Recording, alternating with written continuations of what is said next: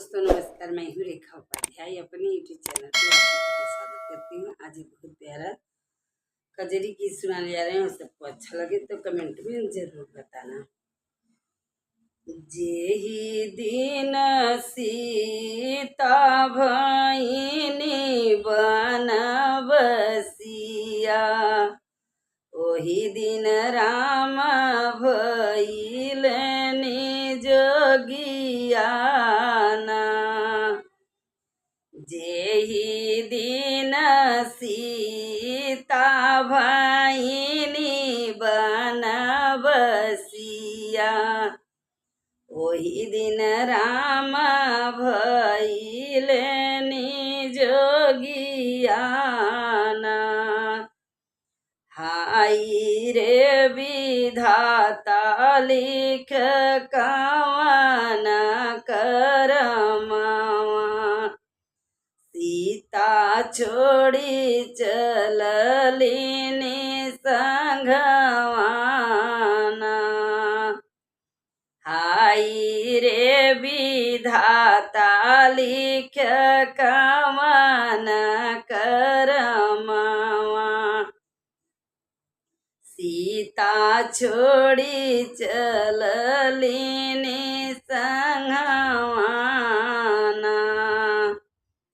जेहि दिन सीता भइनी बनबसिया, ओही दिन राम भइलनि जोगियाना।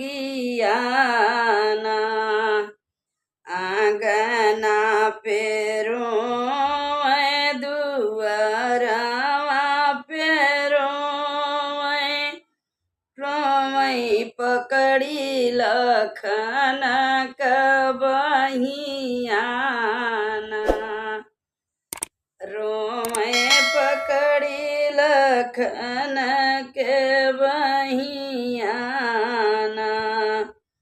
रोवले रामा मैया जी के कोरवा, आँखिया से बहल लोरवाना।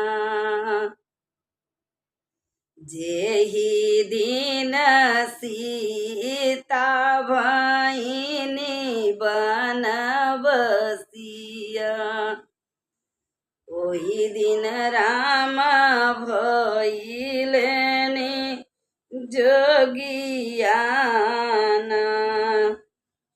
कुआना पेरो पोखरवा पेरो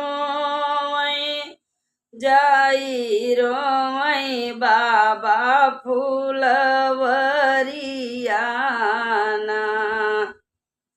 कुआना पेरो पोखरवा पेरो जाई रोई बाबा फुलवरियाना। बैठी के रोई सरजू के तीरवा, टप टप बहेलाया सुइयाना।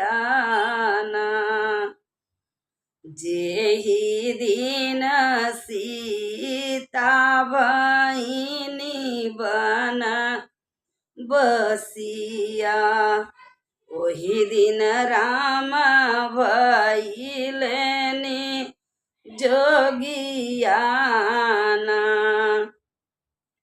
माचिया बैठी उनकर मैया समुझावै, कई देव राम दूसरा बियहवाना।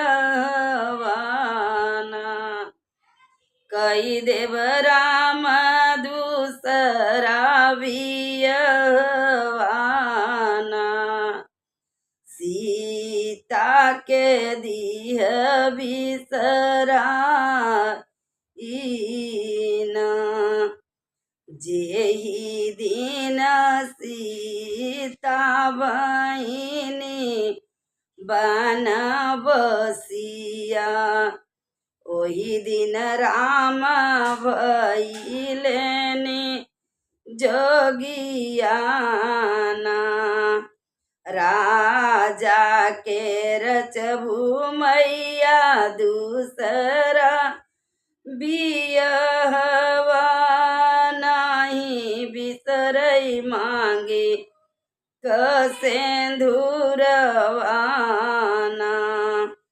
नाही बिसरई माथे कटी कुलियाना जेहि दिन सीता चली हो मधुबनवा ओही दिन राम भइलेनि जोगियाना सभावा में बैठी सब गुरु समुझावै कैल राम दूसरा बियहवाना कैल राम दूसरा बियहवाना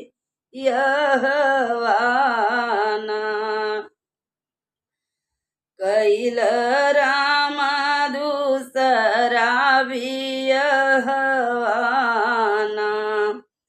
दिलवा से सीता जी के दियवी सराई चल कर राज काज अपन ना राजा के करबे गुरुजी दूसरा बियवा सीता नाही दिल से भुलाईना सीता नाही दिल से भुलाईना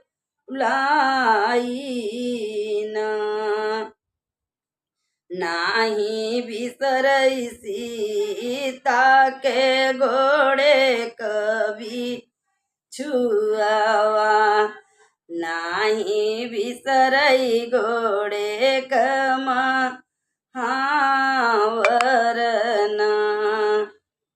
जेहि दिन सीता चलिनि मधुबनवा ओही दिन राम भइलेनि जोगियाना।